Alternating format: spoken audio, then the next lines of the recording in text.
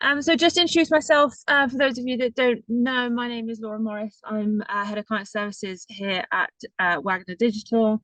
For those of you who don't know us, we are a full service kind of marketing agency across 3 different offices now, so St Albans, Cheltenham and Central London. We cover the majority of kind of digital marketing space, so anything from digital marketing, website development using WordPress, HubSpot, employer branding, which I know is kind of vitally important to a lot of people, a lot of companies at the moment, given the kind of recruitment kind of crisis and making sure that we are getting the right people into the right jobs, and also managing kind of HubSpot and kind of that CRM management as well. So sorry, I'm just letting the last ones in. Just want to introduce you all to Ellie, who will be hosting this webinar this morning. So Ellie is our social media manager, and yeah, she'll be taking you through the session. So I will pass over to you, Ellie. Thank you very much. Yeah, so as Laura said, I'm social media manager here at Wagada, which means I work with our social team across clients from such a range of industries. So, we're constantly juggling, algorithm updates, different people's tone of voice, platform updates, all of that kind of stuff on social media for our clients to help them reach their goals. And I know, that's what you're here to look at today, is how we can really build a content machine that can help you reach your goals on social media as well.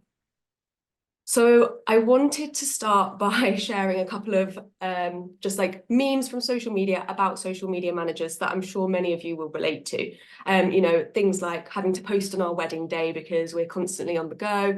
Things like our job has evolved so much that it's not just posting a graphic on social media now. We have to produce video content and paid social media and constantly be in our analytics. So our role has really evolved. And this is why we need to create a really strong content machine that supports our goals of producing effective social media content that speaks directly to our audience. So what do I mean by content machine? I just mean a collection of processes that help you produce better content on social media. So this will be kind of an adaptable system. You can put things in place that help you do things better and more efficiently. And ultimately, it can help you save time so that you can spend your time with the more important stuff. So what I've done today is I've broken down 5 vital steps that you can kind of adopt in your teams to help you create a content machine that increases your efficiency and helps you achieve your goals on social media. So what we're going to be going through today is, number 1, understanding your audience. Of course, this is one of the most important things to understand before you do start posting on social media. We're then going to be looking at strategic ideation for your content, and as well, a big one, how to integrate AI into your content machine, which is a vital thing to be looking at today. We are then going to go into how you can utilize all of the platform capabilities to the max, because, as I said, it is more than just posting a graphic. There's so many aspects to different platforms that we can use to really engage our audience. And then finally, we're going to move on to repurposing your best content, which, again, something that should not be neglected from your content machine. So yeah, follow this model, and this will help you to deliver strategic and super effective social media content.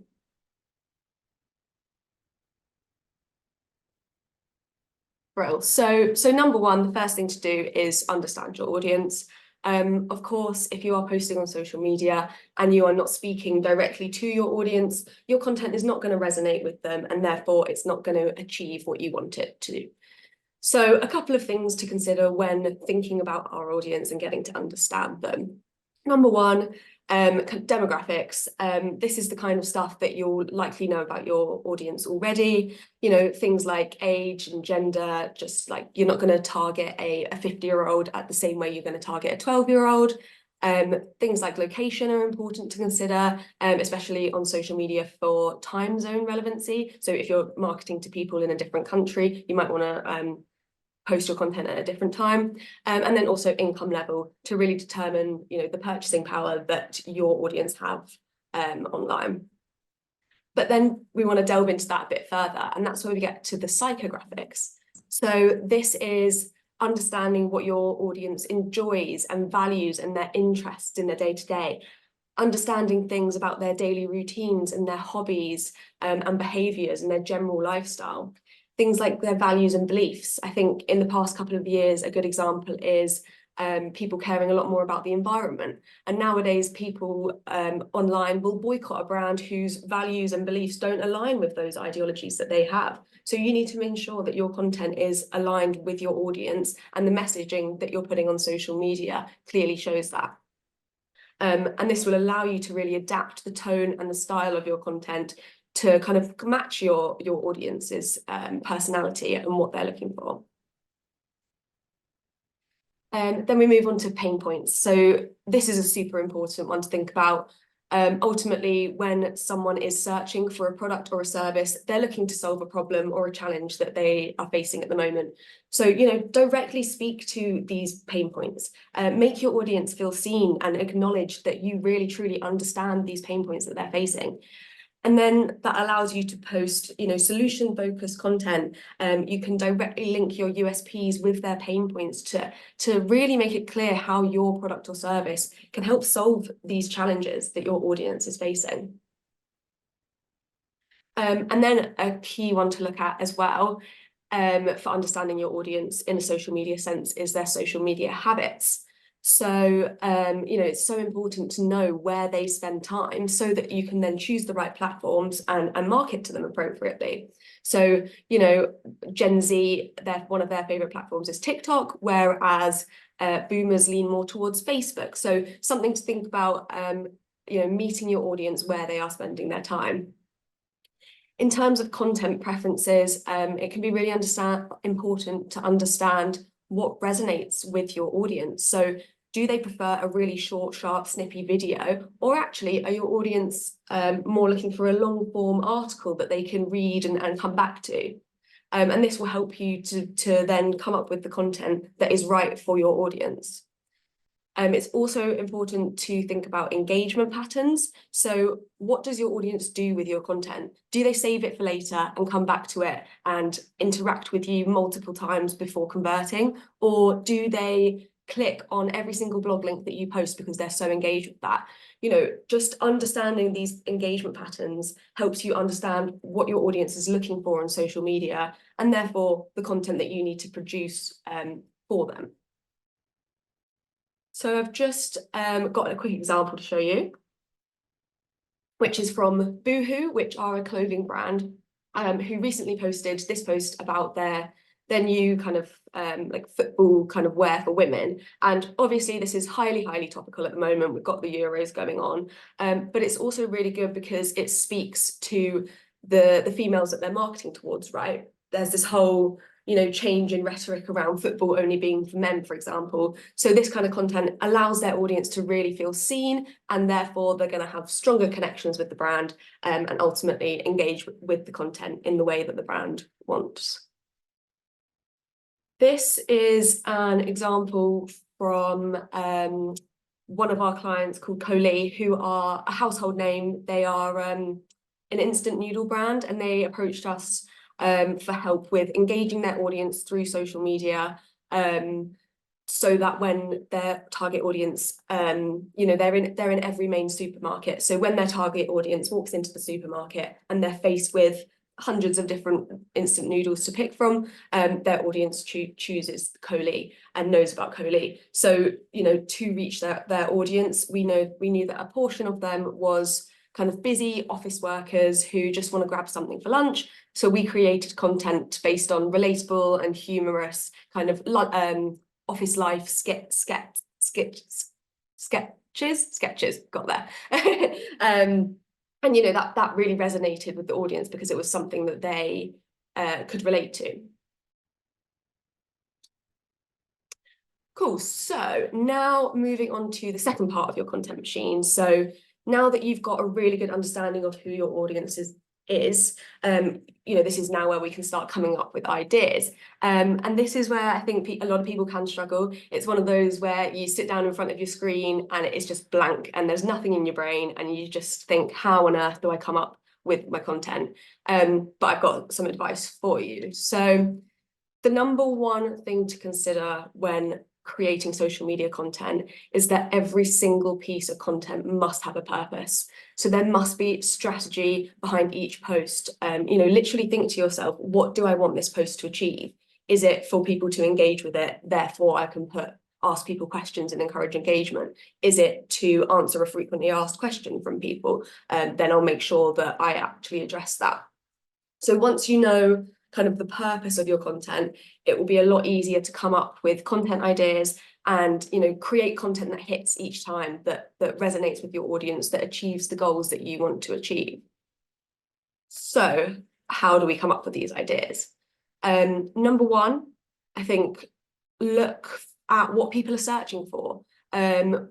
This is a direct insight into people's minds. People are literally searching for things that they want to know. So, you know, use that as inspiration for your social content. Answer people's questions before they have to go and find them anywhere else. So I've got a couple of tools and tips that I like to use for this. Things like Google Trends. Obviously, I know this isn't just things that are trending on social media, but this tool will allow you to see a much wider conversation that you can then tap into on socials. So, for example, you can see here, Rishi Sunak's trending because the election is happening. I'm sure the Euros are trending, stuff like that, that can inform your content ideas so that you can be super topical and make sure that you're posting content that your audience care about. My other tip here is thinking about FAQs. So whether that be questions that your clients are constantly asking you, questions left on your Google business profile, which is this example on the right, or, you know, questions left on your website. Again, direct insight into things that people are curious about. You know, they're already considering your services, they've acknowledged the need for it, and they're thinking about what you can bring them. So answer their questions on social media, proactively provide them with answers to their questions. So that was kind of the Google side of things, but we absolutely cannot forget that social media is a search engine now. So I think, you know, more and more, especially within Gen Z, but even going wider into other generations, people are using social media as a search platform. So these days, if I was going on holiday to Spain, instead of going to Google and looking up best restaurants in Spain, people would now go to TikTok or Instagram because they can get really visual content around that. So we should definitely be looking at what people are searching for and what they're engaging with on social media platforms as well. So this in the bottom right is an example of TikTok Creative Center, which allows you to look up trending keywords, trending hashtags in your niche. So you can see what people are talking about increasingly within your niche, and therefore make content that is relevant to that. Again, meeting people's needs with the content that you're producing on the platform. This example on the top here is an example of a hashtag on LinkedIn. Obviously, I can see by this screenshot that there's a lot of followers for the hashtag social media marketing. So this can help me gauge kind of the popularity of a topic that I'm talking about. This is a good time to say that hashtags are just not as important as they once were. It's not that by hashtagging social media marketing, my post is magically going to be seen by every single person interested in social media marketing. But the way it does feed into things is that it helps the algorithms to categorize your posts and understand what your content is about, so it can be pushed out to the right people. So I wanted to share some tips of mine for optimizing your TikTok content for search. So this is an example this is my colleague Charlotte. She was giving an InDesign tip. And so we optimized the video for phrases like InDesign tip, InDesign hack. And we continued to get engagement for months and months after we posted this video, because it was ranking highly for search terms on TikTok to do with InDesign. So just in the same way as if you optimize a blog with keywords on Google, you'll get more clicks, you'll be more easily discovered. The exact same applies for social media these days, as it has become kind of a search engine.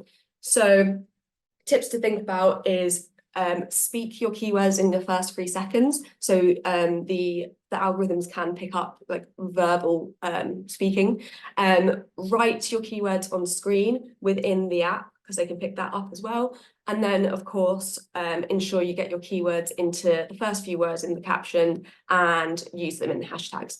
And all of these things will help the algorithms understand what your post is about, and therefore find the right people to push your content out to.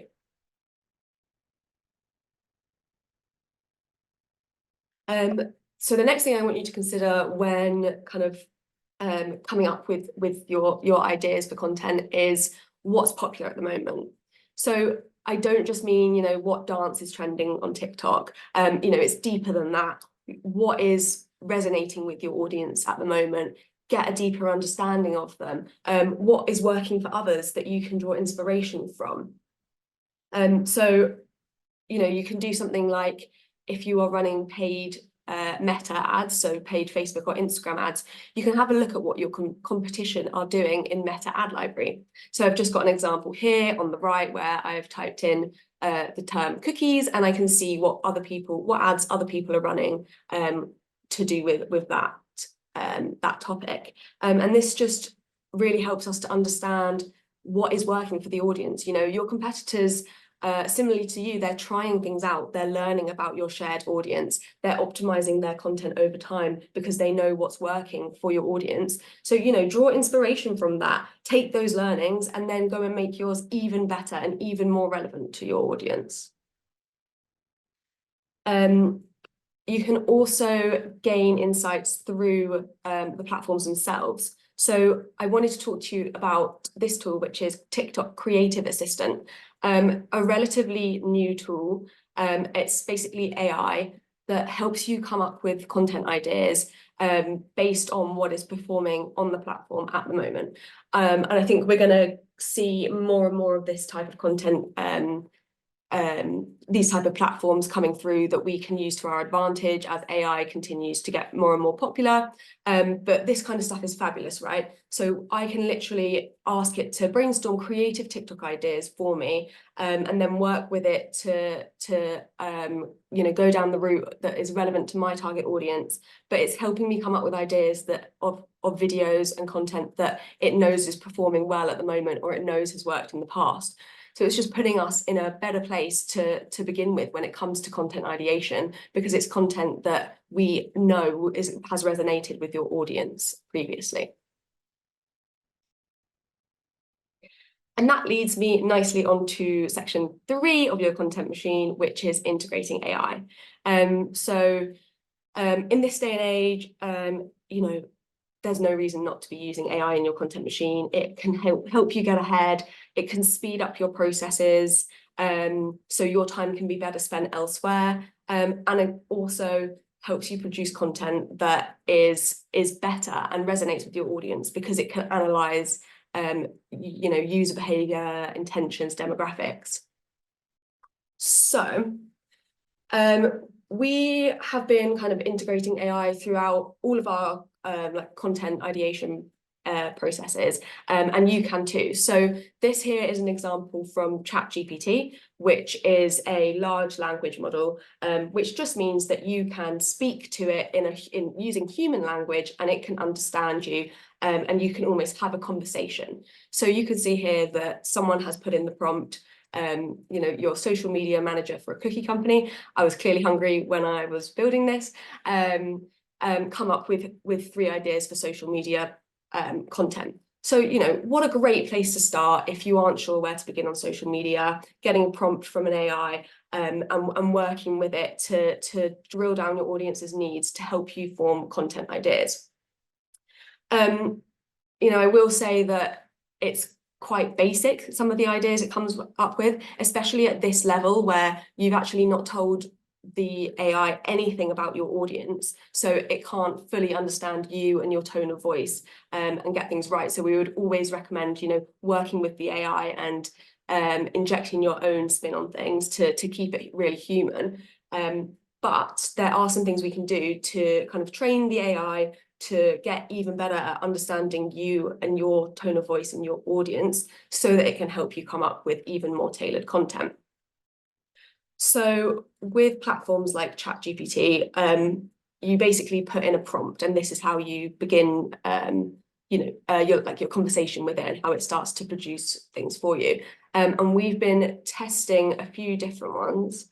Just get that to the and this is just an example of one that we've found has worked really well in the past. So what we do is we get the AI to ask us 20 questions about our business, about our customers, and about our audience, and actually any other questions that it deems relevant to truly understand our audience. And then this means that we'll answer these questions. It will have a far better understanding of who it is we're trying to market to and the goals we're trying to achieve, and will then help us come up with better ideas that aren't just, here are my cookies, you're going to love them, but actually, hits things like the pain points, talks about things like audience demographics and interests that your audience might have.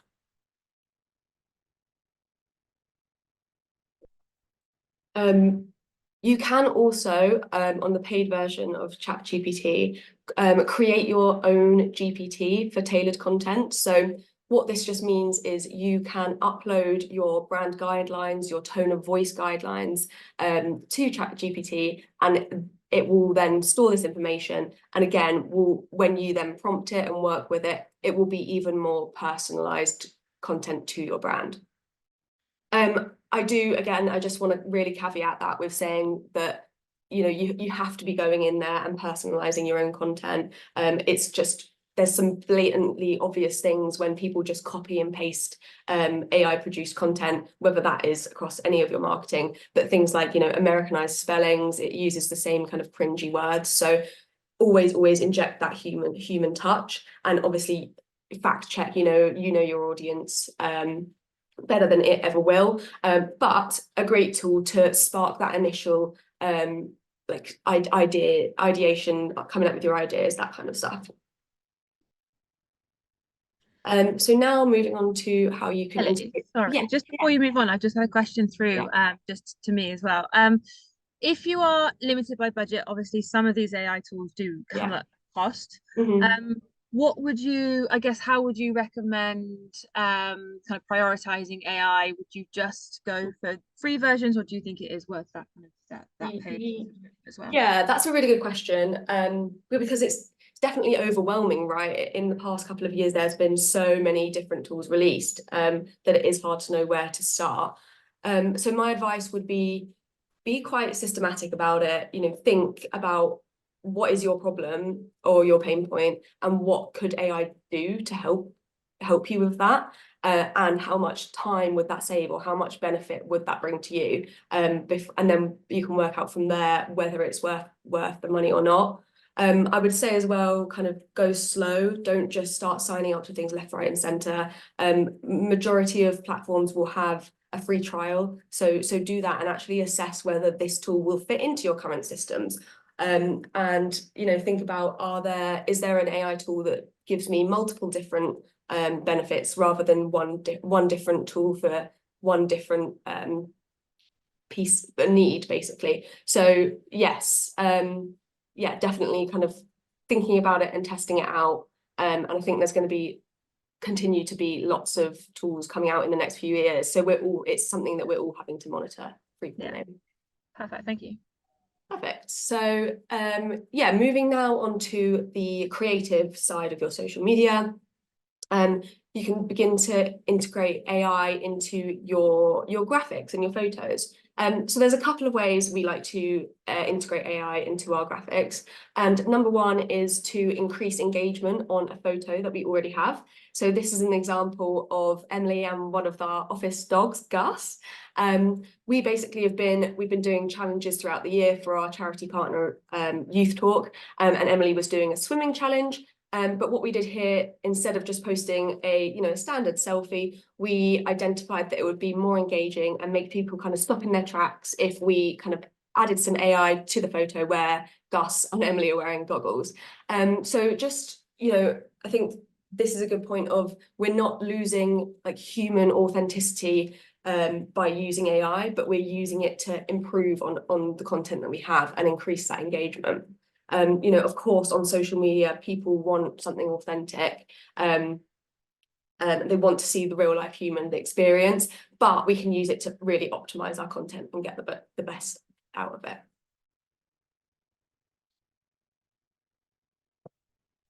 Another way of looking at using AI for your graphics is, you know, when you're trying to create the impossible, basically. So, you know, when you want to create a graphic that is something that you wouldn't have been able to do otherwise, you may not have the skill set, or it might have taken your design team absolutely hours. You know, in a pretty easy prompt, I can now generate photos that I might not have been able to do beforehand. So this is an example of a piece we did for one of our clients, 101st. They're a people and culture consultancy who work with leadership teams across the globe. So they work with like Lidl, they've done a Google partnership recently. But this kind of content we wouldn't have really been able to get if we didn't have AI on our side. You know, I could look through stock imagery to see if there's something that I'm happy with, but it wouldn't be exactly what I want. Or, you know, I could try and, you know, sit on the street and wait for a shot and try and get this on my camera. But now, using one really simple prompt, we were able to generate an image that was perfectly tailored to what we wanted to achieve. So this is just an example of Midjourney, which is an image generation AI, where you can put in a prompt and it will generate photos based on what your input is. So one of my favorite tools as a social media manager, and probably one of your favorite tools, is Canva. I think it's super accessible for people of such a wide range of skills. And they have released a whole suite of AI tools that I would definitely recommend have a play around with, investigate. You know, I would love to talk through all of them because, you know, there's really interesting ways you can incorporate them in your content. But I just had to pick out one that I thought would be valuable, and that is Meta Design Check. So essentially what this tool does is when you are creating a graphic within Canva for your Facebook or Instagram paid social campaign, it will give you live bits of advice. So for example, something like add motion and sound. So while you're working on that content, you know, you can begin to optimize the content there and then. And I think this is just so vital because, you know, historically we've created a few different graphics to test or something like that, then that's had to run for a few weeks on social media for us to get learnings from that and then optimize our content further. Whereas now with tools like this, thanks to AI, we can go into those campaigns with content that we know that the platform, you know, it's fully optimized, it's designed to achieve our goals. So it just puts us in much better stead moving forward. One quick question on that, Ellie. It's just come through and I think it's just a really good time. Could you just recap on your kind of top 3 tools then for like software to use to leverage AI for graphics? For graphics, yeah. So definitely Canva while we're here. And to be honest, yeah, there's just so many tools within Canva for you to use, so definitely have a look. Midjourney is a great one for creating stuff from scratch, like we saw with the 101st example. And then also a really exciting one that we're looking at the moment is HeyGen, which allows you to kind of like input an image of you or a team member, and then you can kind of put a script behind it and it can make that person speak. So this is kind of, you know, something we'll be monitoring, and I'm sure as it improves, it will become more and more of a common thing. But I think some really amazing things could be done with that. So that's one to watch, definitely. Cool, thank you. So actually, yeah, that leads me on nicely to a recent example of a campaign that utilised generative AI. This was Paris Saint-Germain. They launched their new kit. Definitely go and watch this. When I send around the deck, it will be linked. They basically trained an AI model with every single member of their team, and then the AI model reproduce images of their team in different positions with the new kit on, based on what it was trained. So if we think in the long run, I know how hard it is for you to get your teams involved in content. They're busy, they don't always have the time to come and be in videos for you. Moving forward, if we can do something like this where we train a model to produce content of our team, so we're not losing that human touch, but without them actually having to do it, there's an endless world of possibilities. So yeah, I think as an agency, we've been fully embracing AI, which, to improve our efficiency and to produce better content across all of our marketing avenues. So I just wanted to share a resource that Dee, who's pictured here, she's our head of digital, but she's like heading up our AI team. She's done loads of talks on AI, and so she's created this resource that you can download. Again, that will be linked when I send that round later. And also just like Dan, one of my colleagues, he was at an event recently in the tech and cyber industry, and he was kind of saying that AI completely dominated the conversation. So I just wanted to say that to reiterate that it's not something you can ignore, but get it, it's an exciting thing. We can integrate it into all of our marketing processes and the wider business. Brilliant. So number 4 for the part of your content machine is utilising all of the platform capabilities. As I was sort of saying at the beginning, social media is not just posting graphics and being done with that. There are so many different features that you should be utilising on all of the different channels to make your content more engaging and reach your audiences in new and more interesting ways. So this is a relatively recent, as of the past couple of months, feature that LinkedIn have released, which is a top voice badge.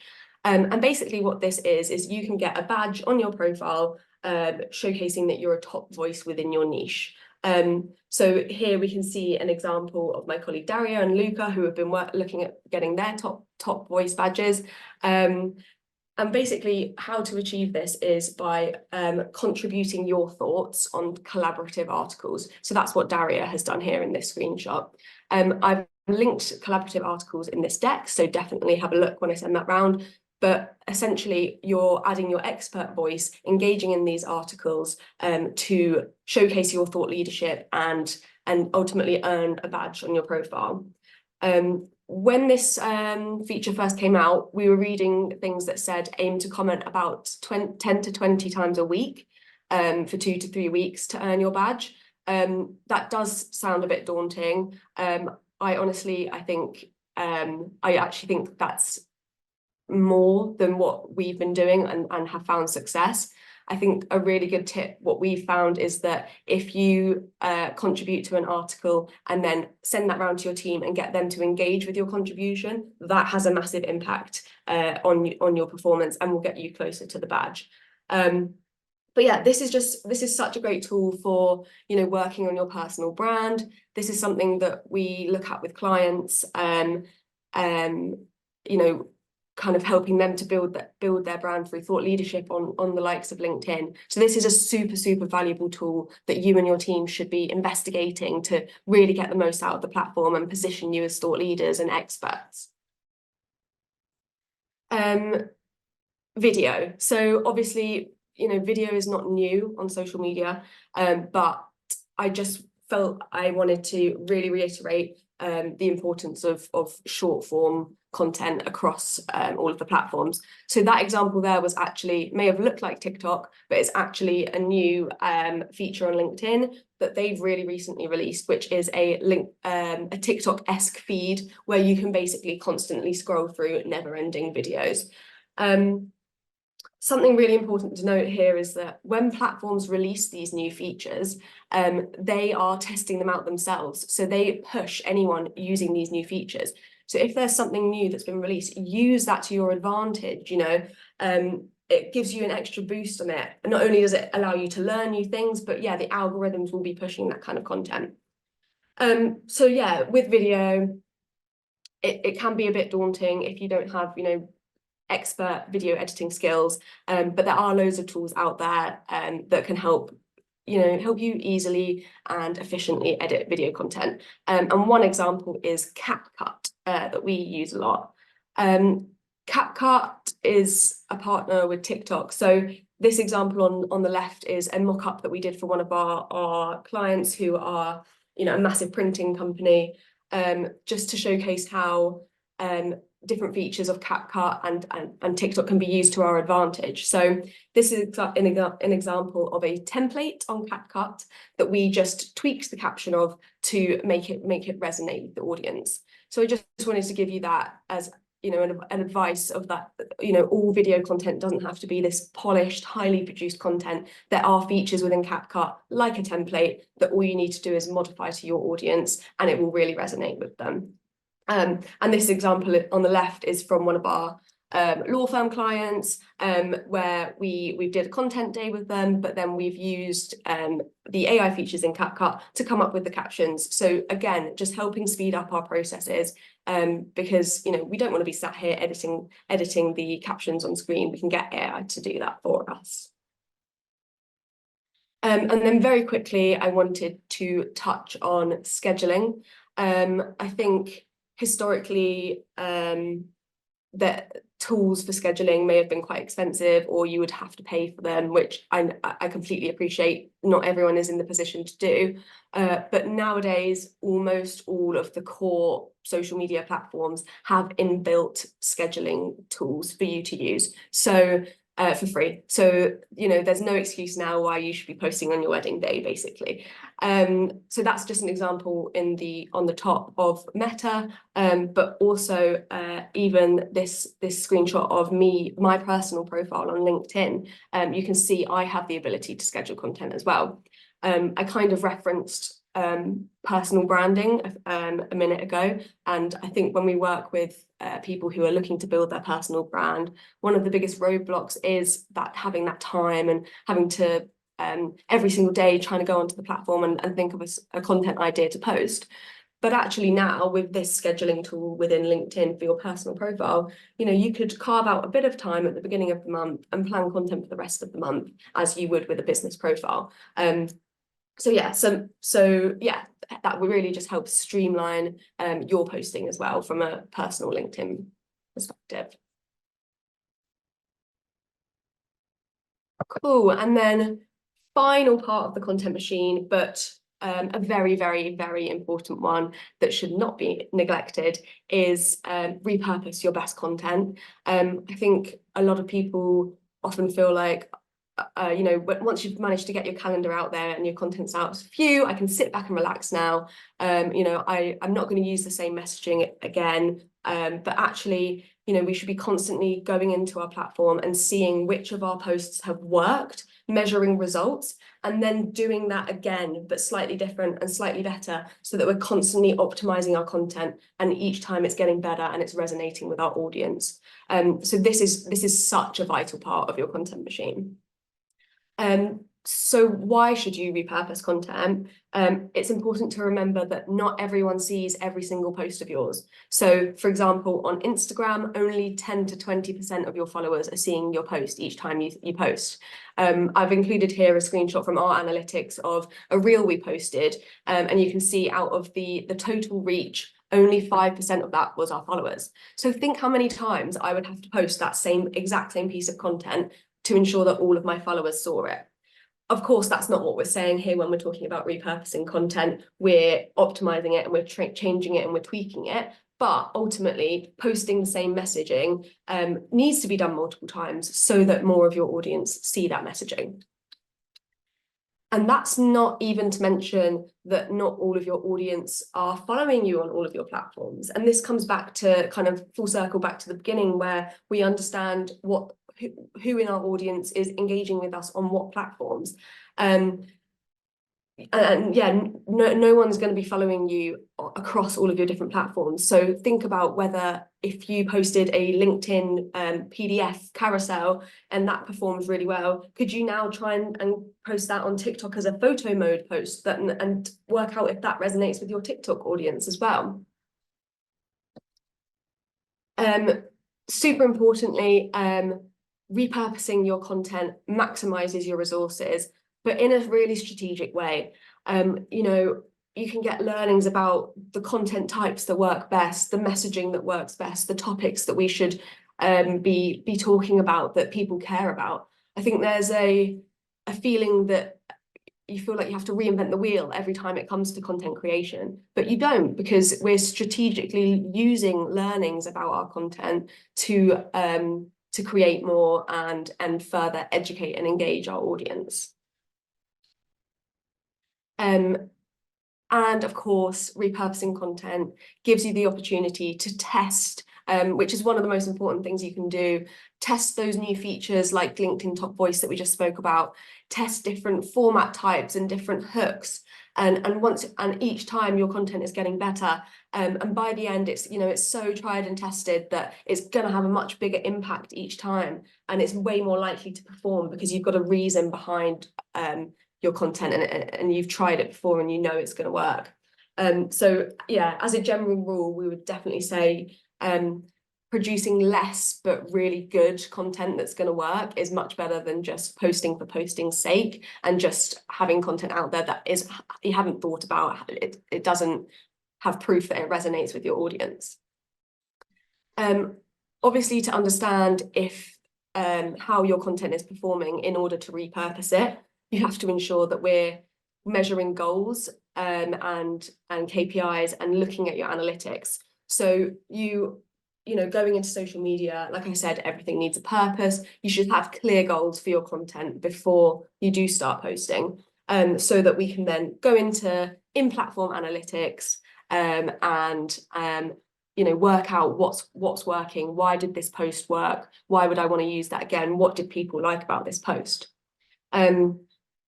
Also, just to mention, don't neglect other platforms like Google Analytics, for example, which can give you a lot of data on how people from your social media following are then going and interacting with the website. I just wanted to show you that they've got this AI feature called Insights on the right-hand side.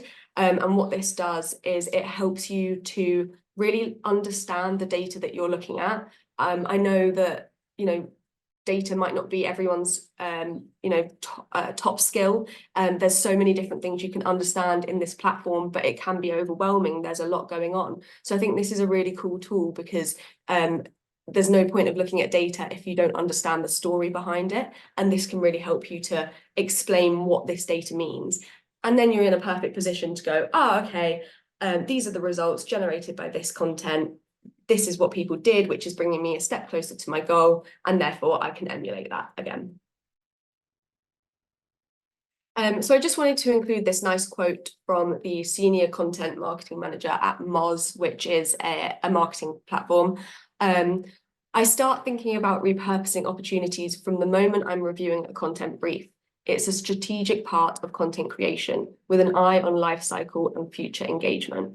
So it really is just yeah, taking a step back and keeping repurposing in the forefront of your mind right from that strategy stage, integrating it into your strategy.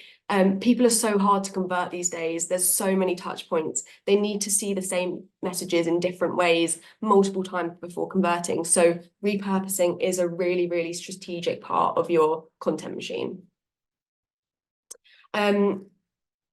So that, yeah, this links me nicely onto the subject of strategy.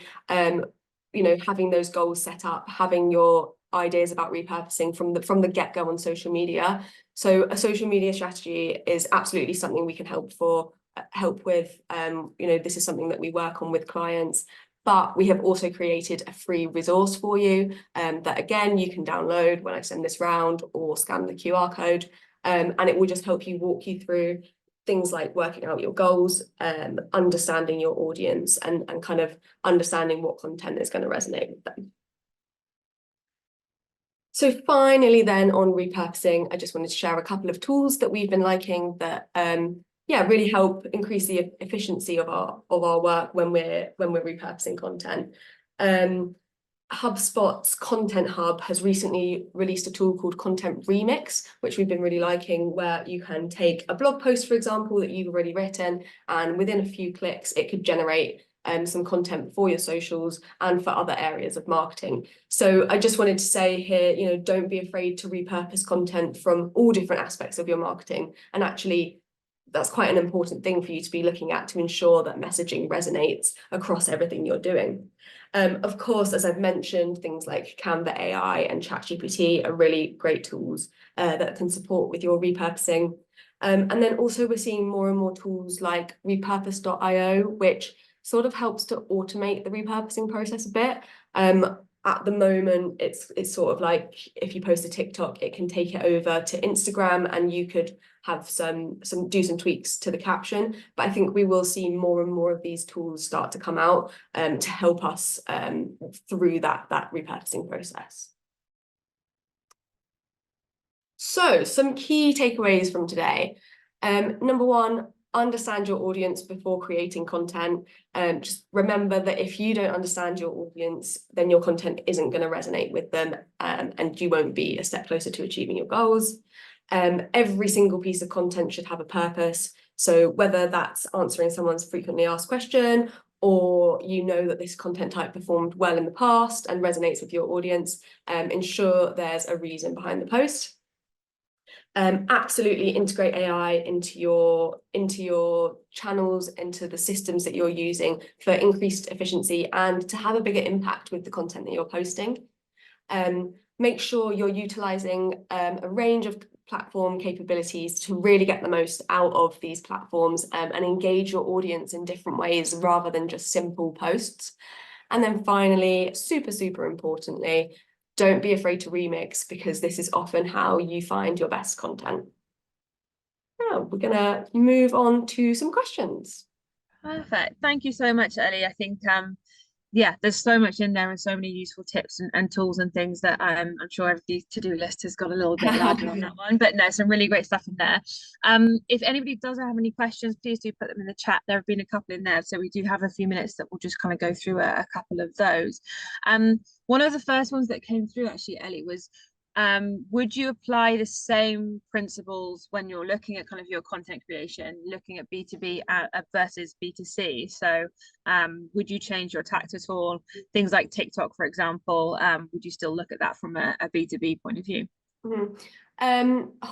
It's definitely kind of a case-by-case basis. It's a tricky one to say without like knowing you as a business, but I wouldn't be afraid to explore platforms that people consider to be more B2C. So like TikTok is a great example of, actually there's been loads of B2B companies that have had success on that platform.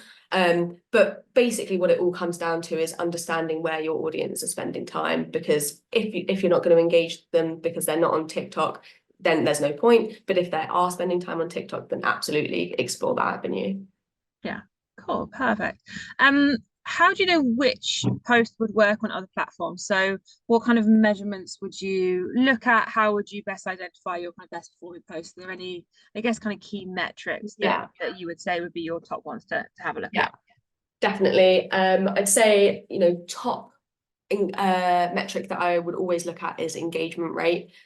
So determining, out of everyone who saw your content, how many people made an action on that post, whether that be liking it, saving it for later, sending it to a friend. That just very, very clearly shows that that piece of content was valuable to someone and therefore resonated with them.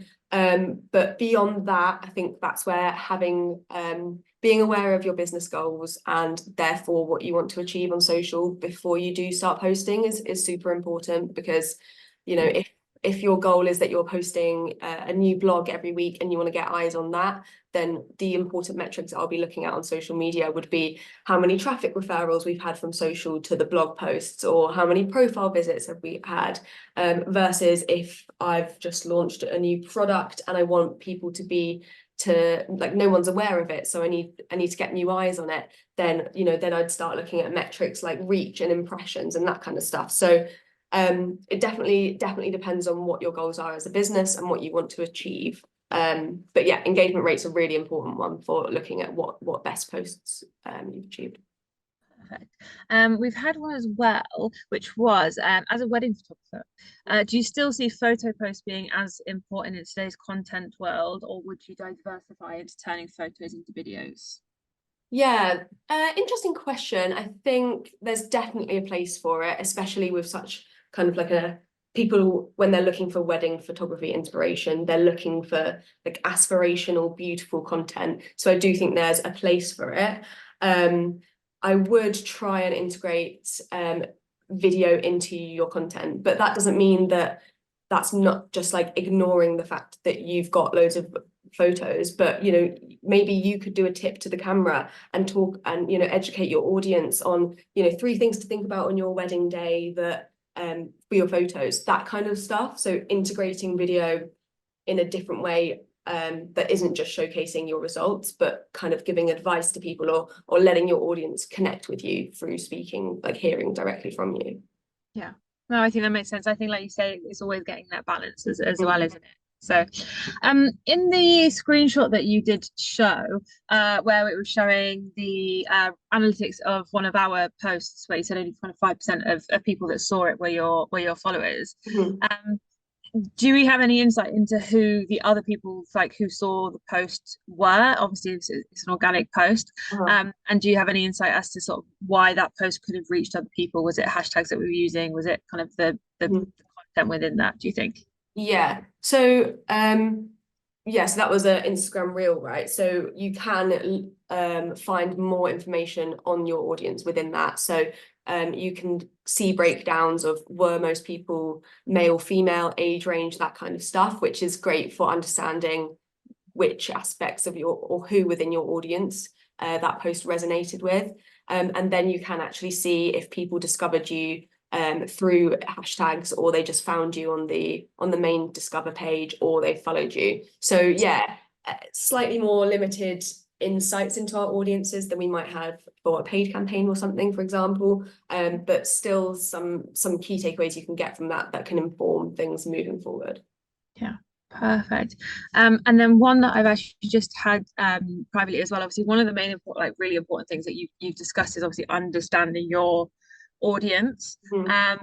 Are there places within the actual social platforms that you're themselves where you can see kind of the psychographics of your audience and kind of get a bit better understanding of who they are and what they might be interested in? Yeah, there's definitely in the back end of your platforms, there is insights into your current audience. That's more on the demographic side, I would say. I think to fully understand, like deeply understand the psychographics of your audience, don't be afraid to do a bit of research. Like on Google, there's loads of forums where people talk about different audience groups. I think that this is where AI could be really helpful and come into it to help you understand, you know, groups of people a bit better. If you're kind of starting from not knowing much about your audience. And then once you begin to get more findings, this is when you can really, you know, go onto social media, start interacting with your audience, find where they're spending time, find what hashtags they're engaging with, find what they like on competitors' posts, and therefore start to build more of an audience profile and understand their psychographics a bit more. Yeah, no, that makes perfect sense. Final one then, just before we have a bit of a wrap up. If you post on socials and it isn't as successful as your previous posts, how much consideration should you put onto other influencers? For example, people might not have engaged due to watching the Euros, or they're at Glastonbury this weekend. Yeah, that's an interesting one. Very good and important to be aware of these other external influences when posting any content, and that's both when it's a negative impact or a positive impact as well. But I think, you know, if something doesn't perform the way you were expecting it to, it could be, you know, such a myriad of different things. So instead of just thinking like, right, I'm never talking about that topic again, thinking about the time that you post it next time, or choosing a different format next time, or choosing a different hook. I think it's all just part of like the testing process to consider what else is happening around the wider context of your content. Yeah, amazing. Thank you so much, Ellie. We haven't had a chance to get through kind of everybody's questions, but yeah, please feel free to like reach out to myself or Ellie or kind of any of the team after this one, if there's anything that we can support you with from either a social media point of view, but also, as I said right at the beginning, kind of looking at any of our kind of core services as well. So yeah, please do not hesitate to reach out.